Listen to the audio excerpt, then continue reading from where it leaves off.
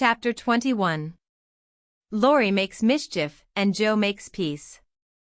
Joe's face was a study next day, for the secret rather weighed upon her, and she found it hard not to look mysterious and important. Meg observed it, but did not trouble herself to make inquiries, for she had learned that the best way to manage Joe was by the law of contraries, so she felt sure of being told everything if she did not ask.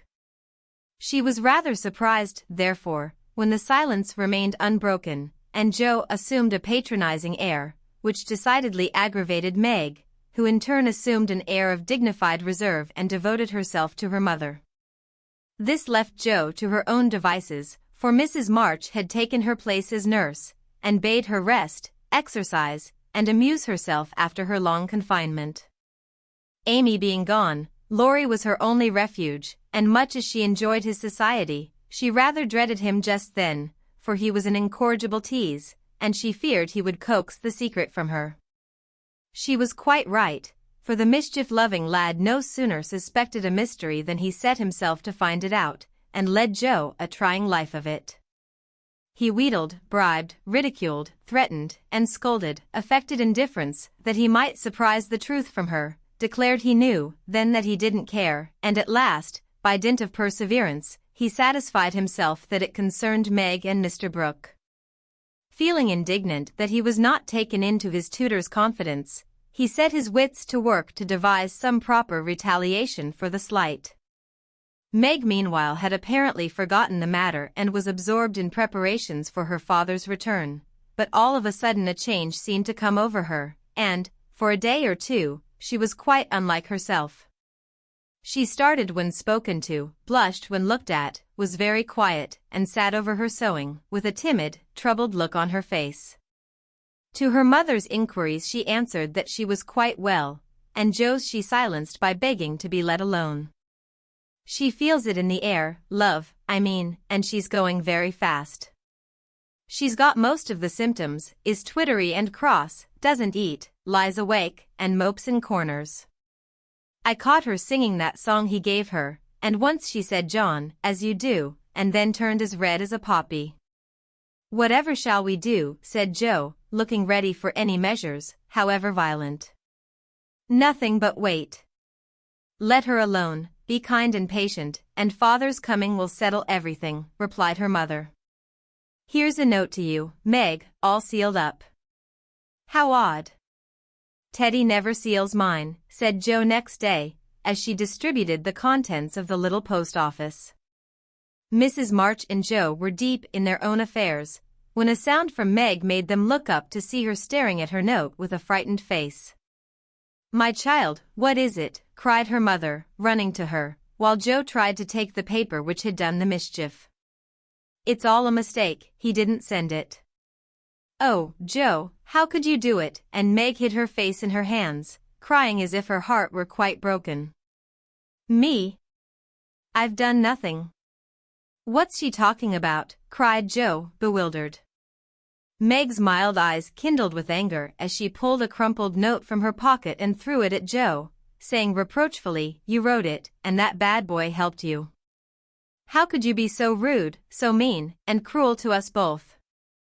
Joe hardly heard her, for she and her mother were reading the note, which was written in a peculiar hand. My dearest Margaret, I can no longer restrain my passion, and must know my fate before I return. I dare not tell your parents yet, but I think they would consent if they knew that we adored one another. Mr. Lawrence will help me to some good place, and then, my sweet girl, you will make me happy. I implore you to say nothing to your family yet, but to send one word of hope through Laurie to your devoted John. Oh, the little villain. That's the way he meant to pay me for keeping my word to mother. I'll give him a hearty scolding and bring him over to beg pardon, cried Joe, burning to execute immediate justice. But her mother held her back, saying, with a look she seldom wore, Stop, Joe, you must clear yourself first. You have played so many pranks that I am afraid you have had a hand in this. On my word, mother, I haven't. I never saw that note before, and don't know anything about it, as true as I live, said Joe, so earnestly that they believed her.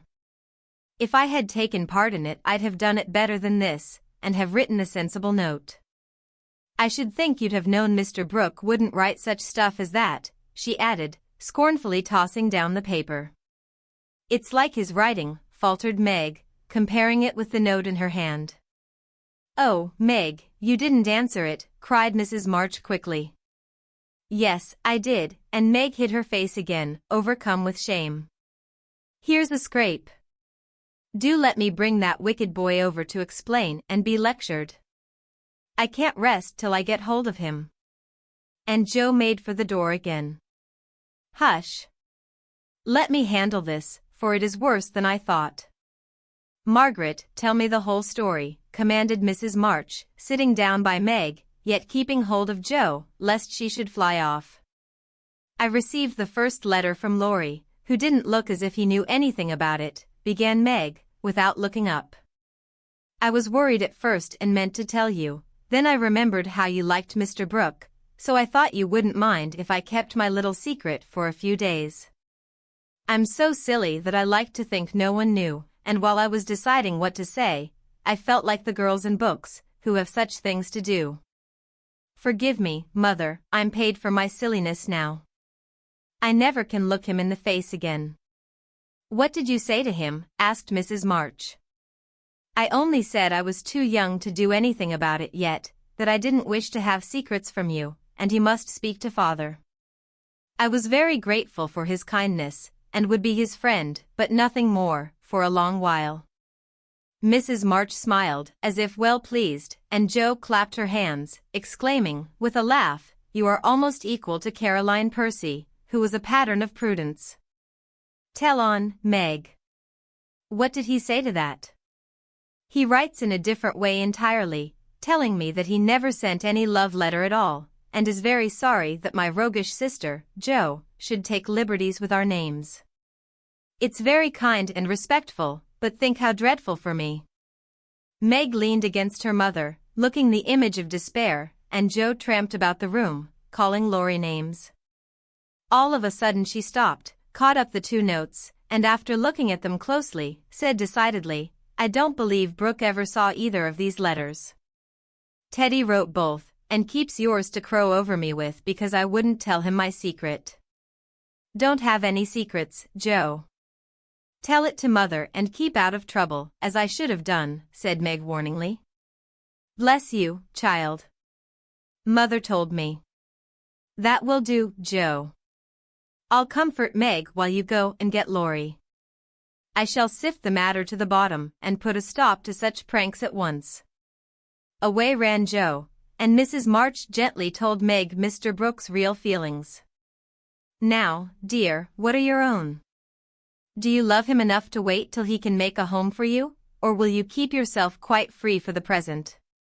I've been so scared and worried, I don't want to have anything to do with lovers for a long while, perhaps never, answered Meg petulantly. If John doesn't know anything about this nonsense, don't tell him, and make Jo and Laurie hold their tongues. I won't be deceived and plagued and made a fool of. It's a shame. Seeing Meg's usually gentle temper was roused and her pride hurt by this mischievous joke, Mrs. March soothed her by promises of entire silence and great discretion for the future. The instant Laurie's step was heard in the hall, Meg fled into the study, and Mrs. March received the culprit alone. Jo had not told him why he was wanted, fearing he wouldn't come, but he knew the minute he saw Mrs. March's face, and stood twirling his hat with a guilty air which convicted him at once. Jo was dismissed, but chose to march up and down the hall like a sentinel, having some fear that the prisoner might bolt. The sound of voices in the parlor rose and fell for half an hour, but what happened during that interview the girls never knew. When they were called in, Laurie was standing by their mother with such a penitent face that Jo forgave him on the spot, but did not think it wise to betray the fact. Meg received his humble apology, and was much comforted by the assurance that Brooke knew nothing of the joke. I'll never tell him to my dying day, wild horses shan't drag it out of me, so you'll forgive me, Meg, and I'll do anything to show how out and out sorry I am, he added, looking very much ashamed of himself. "I'll try, but it was a very ungentlemanly thing to do. I didn't think you could be so sly and malicious, Laurie," replied Meg, trying to hide her maidenly confusion under a gravely reproachful air. "It was altogether abominable, and I don't deserve to be spoken to for a month, but you will though, won't you?" And Laurie folded his hands together with such an imploring gesture, as he spoke in his irresistibly persuasive tone, that it was impossible to frown upon him in spite of his scandalous behavior.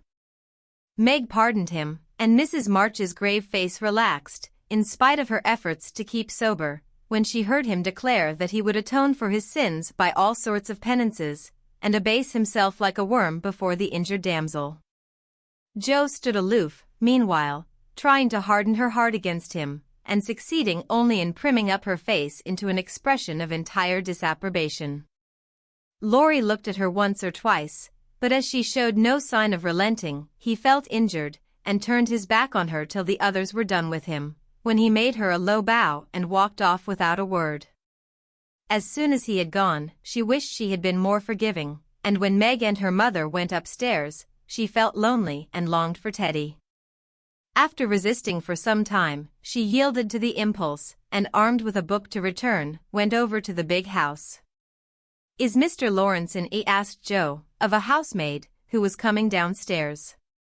"Yes, miss, but I don't believe he's seeable just yet." "Why not? Is he ill?" "La, no miss, but he's had a scene with Mr. Laurie, who is in one of his tantrums about something, which vexes the old gentleman, so I dursn't go nigh him." "Where is Laurie?" "Shut up in his room, and he won't answer, though I've been tapping. I don't know what's to become of the dinner, for it's ready, and there's no one to eat it. I'll go and see what the matter is." "I'm not afraid of either of them." Up went Jo, and knocked smartly on the door of Laurie's little study. "Stop that, or I'll open the door and make you," called out the young gentleman in a threatening tone. Jo immediately knocked again. The door flew open, and in she bounced before Laurie could recover from his surprise. Seeing that he really was out of temper, Jo, who knew how to manage him, assumed a contrite expression, and going artistically down upon her knees, said meekly, "Please forgive me for being so cross. I came to make it up, and can't go away till I have." "It's all right. Get up, and don't be a goose, Jo," was the cavalier reply to her petition. "Thank you, I will. Could I ask what's the matter? You don't look exactly easy in your mind." "I've been shaken, and I won't bear it," growled Laurie indignantly. "Who did it?" demanded Jo. "Grandfather. If it had been anyone else I'd have," and the injured youth finished his sentence by an energetic gesture of the right arm. "That's nothing. I often shake you, and you don't mind," said Jo soothingly. "Pooh. You're a girl, and it's fun, but I'll allow no man to shake me. I don't think anyone would care to try it, if you looked as much like a thundercloud as you do now." "Why were you treated so?" "Just because I wouldn't say what your mother wanted me for. I'd promised not to tell, and of course I wasn't going to break my word." "Couldn't you satisfy your grandpa in any other way?" "No, he would have the truth, the whole truth, and nothing but the truth. I'd have told my part of the scrape, if I could without bringing Meg in. As I couldn't, I held my tongue, and bore the scolding till the old gentleman collared me. Then I bolted, for fear I should forget myself. It wasn't nice, but he's sorry, I know, so go down and make up. I'll help you." "Hanged if I do. I'm not going to be lectured and pummeled by everyone, just for a bit of a frolic. I was sorry about Meg, and begged pardon like a man, but I won't do it again when I wasn't in the wrong. He didn't know that. He ought to trust me, and not act as if I was a baby. It's no use, Jo, he's got to learn that I'm able to take care of myself, and don't need anyone's apron string to hold on by." "What pepper pots you are," sighed Jo. "How do you mean to settle this affair?" "Well, he ought to beg pardon, and believe me when I say I can't tell him what the fuss is about." Bless you. He won't do that. I won't go down till he does. Now, Teddy, be sensible. Let it pass, and I'll explain what I can. You can't stay here, so what's the use of being melodramatic? I don't intend to stay here long, anyway. I'll slip off and take a journey somewhere, and when Grandpa misses me he'll come round fast enough. I dare say, but you ought not to go and worry him. Don't preach. I'll go to Washington and see Brooke. It's gay there, and I'll enjoy myself after the troubles. What fun you'd have. I wish I could run off too, said Jo, forgetting her part of mentor in lively visions of martial life at the Capitol. Come on, then. Why not? You go and surprise your father, and I'll stir up old Brooke. It would be a glorious joke. Let's do it, Jo. We'll leave a letter saying we are all right, and trot off at once. I've got money enough. It will do you good, and no harm, as you go to your father. For a moment Jo looked as if she would agree, for wild as the plan was, it just suited her. She was tired of care and confinement, longed for change, and thoughts of her father blended temptingly with the novel charms of camps and hospitals, liberty and fun. Her eyes kindled as they turned wistfully toward the window, but they fell on the old house opposite, and she shook her head with sorrowful decision.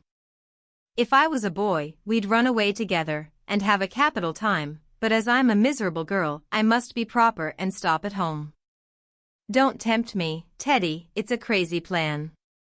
That's the fun of it, began Laurie, who had got a willful fit on him and was possessed to break out of bounds in some way. Hold your tongue, cried Jo, covering her ears. Prunes and prisms are my doom, and I may as well make up my mind to it. I came here to moralize, not to hear things that make me skip to think of. I know Meg would wet blanket such a proposal, but I thought you had more spirit, began Laurie insinuatingly. Bad boy, be quiet. Sit down and think of your own sins, don't go making me add to mine. If I get your grandpa to apologize for the shaking, will you give up running away? Asked Jo seriously. Yes, but you won't do it, answered Laurie, who wished to make up, but felt that his outraged dignity must be appeased first.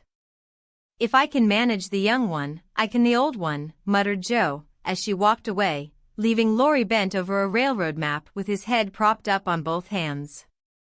Come in, and Mr. Lawrence's gruff voice sounded gruffer than ever, as Jo tapped at his door. It's only me, sir, come to return a book, she said blandly, as she entered. Want any more? Asked the old gentleman, looking grim and vexed, but trying not to show it. Yes, please. I like old Sam so well, I think I'll try the second volume, returned Jo, hoping to propitiate him by accepting a second dose of Boswell's Johnson, as he had recommended that lively work. The shaggy eyebrows unbent a little as he rolled the steps toward the shelf where the Johnsonian literature was placed. Jo skipped up, and sitting on the top step, affected to be searching for her book, but was really wondering how best to introduce the dangerous object of her visit. Mr. Lawrence seemed to suspect that something was brewing in her mind, for after taking several brisk turns about the room, he faced round on her, speaking so abruptly that Rasselas tumbled face downward on the floor. What has that boy been about? Don't try to shield him. I know he has been in mischief by the way he acted when he came home. I can't get a word from him, and when I threatened to shake the truth out of him he bolted upstairs and locked himself into his room. He did wrong, but we forgave him and all promised not to say a word to anyone, began Jo reluctantly. That won't do. He shall not shelter himself behind a promise from you soft-hearted girls. If he's done anything amiss, he shall confess, beg pardon, and be punished. Out with it, Jo. I won't be kept in the dark. Mr. Lawrence looked so alarming and spoke so sharply that Jo would have gladly run away, if she could, but she was perched aloft on the steps, and he stood at the foot, a lion in the path, so she had to stay and brave it out. Indeed, sir, I cannot tell. Mother forbade it. Laurie has confessed, asked pardon, and been punished quite enough. We don't keep silence to shield him, but someone else, and it will make more trouble if you interfere. Please don't. It was partly my fault, but it's all right now. So let's forget it, and talk about the Rambler or something pleasant. Hang the Rambler. Come down and give me your word that this harum-scarum boy of mine hasn't done anything ungrateful or impertinent. If he has, after all your kindness to him, I'll thrash him with my own hands. The threat sounded awful, but did not alarm Jo, for she knew the irascible old gentleman would never lift a finger against his grandson, whatever he might say to the contrary. She obediently descended, and made as light of the prank as she could without betraying Meg or forgetting the truth. Well, if the boy held his tongue because he promised, and not from obstinacy, I'll forgive him. He's a stubborn fellow and hard to manage, said Mr. Lawrence, rubbing up his hair till it looked as if he had been out in a gale, and smoothing the frown from his brow with an air of relief.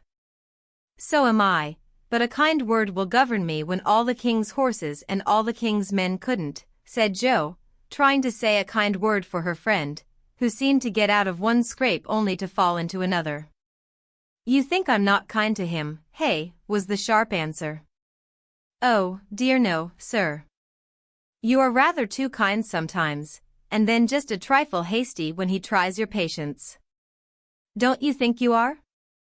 Jo was determined to have it out now, and tried to look quite placid, though she quaked a little after her bold speech.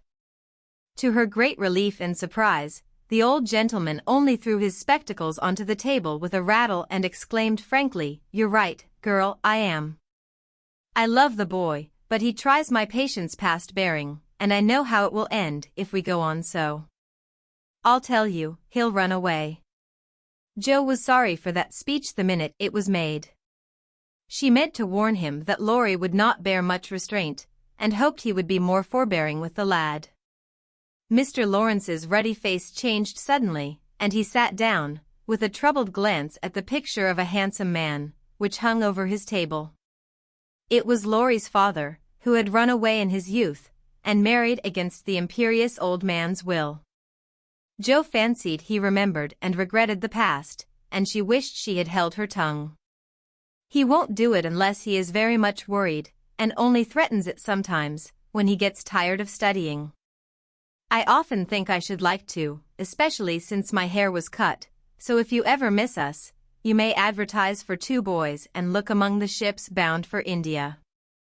She laughed as she spoke, and Mr. Lawrence looked relieved, evidently taking the whole as a joke. You hussy, how dare you talk in that way? Where's your respect for me, and your proper bringing up? Bless the boys and girls. What torments they are, yet we can't do without them, he said, pinching her cheeks good-humoredly. Go and bring that boy down to his dinner, tell him it's all right, and advise him not to put on tragedy airs with his grandfather. I won't bear it. He won't come, sir. He feels badly because you didn't believe him when he said he couldn't tell. I think the shaking hurt his feelings very much. Jo tried to look pathetic but must have failed, for Mr. Lawrence began to laugh, and she knew the day was won. I'm sorry for that, and ought to thank him for not shaking me, I suppose. What the dickens does the fellow expect? And the old gentleman looked a trifle ashamed of his own testiness. If I were you, I'd write him an apology, sir. He says he won't come down till he has one, and talks about Washington, and goes on in an absurd way. A formal apology will make him see how foolish he is, and bring him down quite amiable. Try it. He likes fun, and this way is better than talking. I'll carry it up, and teach him his duty. Mr. Lawrence gave her a sharp look, and put on his spectacles, saying slowly, You're a sly puss, but I don't mind being managed by you and Beth. Here, give me a bit of paper, and let us have done with this nonsense. The note was written in the terms which one gentleman would use to another after offering some deep insult.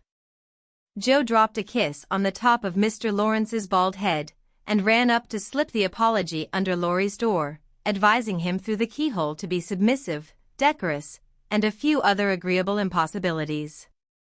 Finding the door locked again, she left the note to do its work, and was going quietly away, when the young gentleman slid down the banisters, and waited for her at the bottom, saying, with his most virtuous expression of countenance, "What a good fellow you are, Joe." "Did you get blown up?" he added, laughing. "No, he was pretty mild, on the whole." "Ah. I got it all round. Even you cast me off over there, and I felt just ready to go to the deuce," he began apologetically. "Don't talk that way, turn over a new leaf and begin again, Teddy, my son."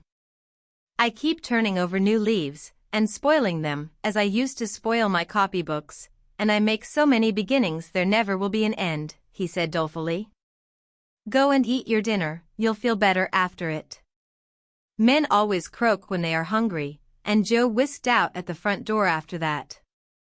"That's a label on my sect," answered Laurie, quoting Amy, as he went to partake of humble pie dutifully with his grandfather, who was quite saintly in temper and overwhelmingly respectful in manner all the rest of the day. Everyone thought the matter ended and the little cloud blown over, but the mischief was done, for though others forgot it, Meg remembered.